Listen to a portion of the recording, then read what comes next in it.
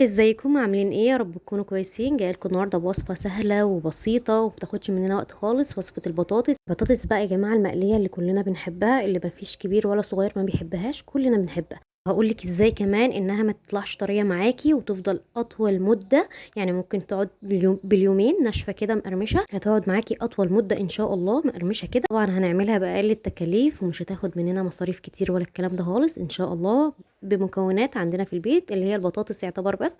ان شاء الله هتبقى مش مكلفة عليكي. بس اهم حاجة، لو اول مرة تشوفيني، انا اسمي نورة جمال. لايك وشير واشتراك في القناة، وما تنسيش تضغطي زر الجرس وتكتبوا لي كومنتات حلوة كتير زي اللي انتوا بتكتبوها. وبجد تسلم ايديكم على اللي انتوا بتكتبوه وبتقولوه. وبجد شكرا للناس اللي بتشترك معايا جديد، انا برحب بيكم بجد من قلبي. يلا بقى نسمي الله ونبدأ الوصفة بتاعتنا، اللي هي مش محتاجة حاجة كتيرة ولا الكلام ده خالص. أول حاجة معايا بطاطس قشرتها وكمان غسلتها، طبعا مش محتاجة تنشفيها ولا أي حاجة. أنا بعد ما غسلتها على طول هقطعها اهو، زي ما انتوا شايفين. هقطعها طبعا زي ما انتوا عايزة، يعني أنا معايا البطاطسية صغيرة قطعتها على 4 قطع زي ما انتوا شايفين كده.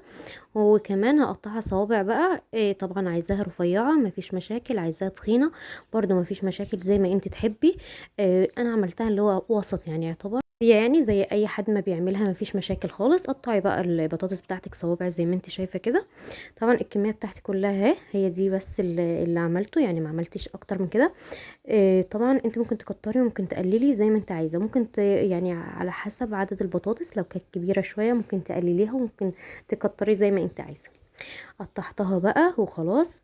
وبعد الكميه بقى الباقيه هقطعها مع نفسي لحد ما اخلصها خالص.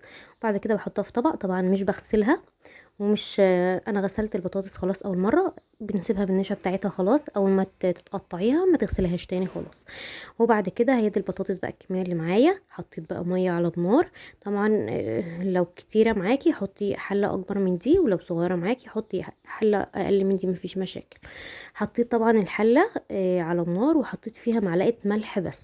طبعا احنا ممكن نبهرها زي ما كنا عاملين في الفيديو قبل كده، وممكن نسيبها زي ما هي كده برضو زي ما انت عايزه. احنا حطينا الميه لحد ما تغلي، وبعد كده هنزل بالبطاطس. طبعا انا كنت حاطه قبل كده في حاطه بهارات، ممكن تحطي خل وممكن تحطي ليمون، ممكن تحطي كمون وشطه زي ما انت عايزه، لكن المره دي عملتها بملح بس.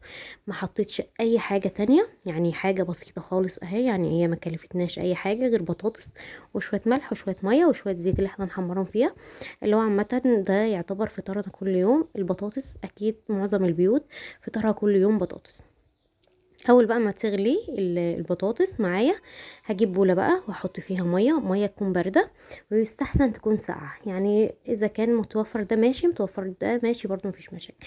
هشوف البطاطس بقى طابت معايا لحد فين. بصي هوريكي دلوقتي قطمتها. قطمتها مش كتيره، ومش يعني مش طيبه قوي ومش نيه قوي. يعني بس يعني هي ممكن تعمليها بصبعك كده تتكسر معاكي، مش تبقى مهرية معاكي، ما تتهريهاش ولا الكلام ده خالص. هحط بقى البطاطس اطلعها من المية اللي بتغلي على المية الباردة اللي معانا، وطبعا على حنفية على طول لحد ما تبرد. هفضل اشيل المية واحط مية تانية، وبعد كده لحد ما تبرد خالص نهائي. وبعد كده طبعا هحط الزيت لحد ما يسخن. طبعا المية اللي احنا بنبردها يعني يعتبر الملح اللي احنا حطيناه في المية المغلية خلاص اتشال. احنا هنحط ملح تاني بعد ما نبرد البطاطس في مية تانية، يعني هنحط شوية ملح مع البطاطس كمان. الزيت بقى حطيته اول ما سخن بقى معايا بالشكل ده. اول ما يسخن على طول، بس ما تخلوش يقدح جامد، اللي هو يعني تخلي البطاطسية تلزق ولا الكلام ده خالص في الطاسة. حط كمية البطاطس بقى معاكي، طبعا ما تخليش الطاسة مزنوقة جامد، وفي نفس الوقت ما تخليهاش يعني مفرفرة، يعني اللي هو كده. انا مش هقلب بالمعلقة، مش هنقلبها بقى بالمعلقه ليه؟ علشان هي بتبقى مسلوقه، يعني ممكن تتهري منك، لازم تفرفرها كده بالطاسه. ممكن تبقى لازقه منك في الاول، سيبيها خالص لحد ما تطلع كده من الطاسه، هي هتفرفر نفسها يعني. وسيبيها خالص وبعد كده قلبيها بالطاسه. طبعا احنا ممكن نخزن كمان البطاطس دي، احنا ممكن اول ما بنسلقوها كده تحطيها في الفريزر على طول بعد ما تبرديها. يعني كمان تخزين وكمان توفير وكل حاجه، هتطلع معاكي مقرمشه 100%، احسن 100 مره من بتاعه بره. عملناها بأقل التكاليف وسهلة خالص، وكان بطاطساية بس حاجة بسيطة يعني، وان شاء الله معاكي هتطلع النتيجة ممتازة زي دي. ما خدتش مننا وقت خالص ولا خدت مننا تكاليف خالص يعتبر. يا رب تكون الوصفة عجبتكم، ان شاء الله هتعجبكم بإذن الله زي ما عجبتني كده. يعني بصراحة الوصفة ممتازة فوق الامتياز شوية. وطبعًا كمان بدل ما تخلّي أطفالِك يجيبوه من برّه علشان يقولوا لِك لأ يا ماما ده مقرمشة أحسن والكلام ده، هتعمليها أحسن 100 مرّة من برّه. ممكن تحطي بقى معاها صوصات إذا كان كاتشب أو أي حاجة أو صوص جبنة، أي حاجة أنتِ تحبيها طبعًا. يعني الوصفة دي لوحدها تتاكل كده حاف، يعني أكنها snacks كده، ممكن تقرمشي فيها كل شوية، حاجة كده في منتهى الجمال. عملت بقى منها الطحينة بُص قرمشتها تحفة. عملنا بقى منها الطحينة وعملنا منها الرقيقة، شوفوا الاتنين طالعين ازاي، حاجة كده في منتهى الجمال. دي كمان الرقيقة اهي، يعني لو تحبي تعمليها رقيقة او تخينة شوية مفيش مشاكل، يعني الاتنين فوق الامتياز بجد. يا رب بقى يكون الفيديو عجبكم، ما تنسونيش بقى في اللايك والاشتراك وتضغطوا زر الجرس وتكتبوا لي كومنتات حلوة كتير زي اللي انتوا بتكتبوها، اللي تسلم ايديكم بجد عليها. وبجد شكرا على الناس اللي بتشترك عندي جديد.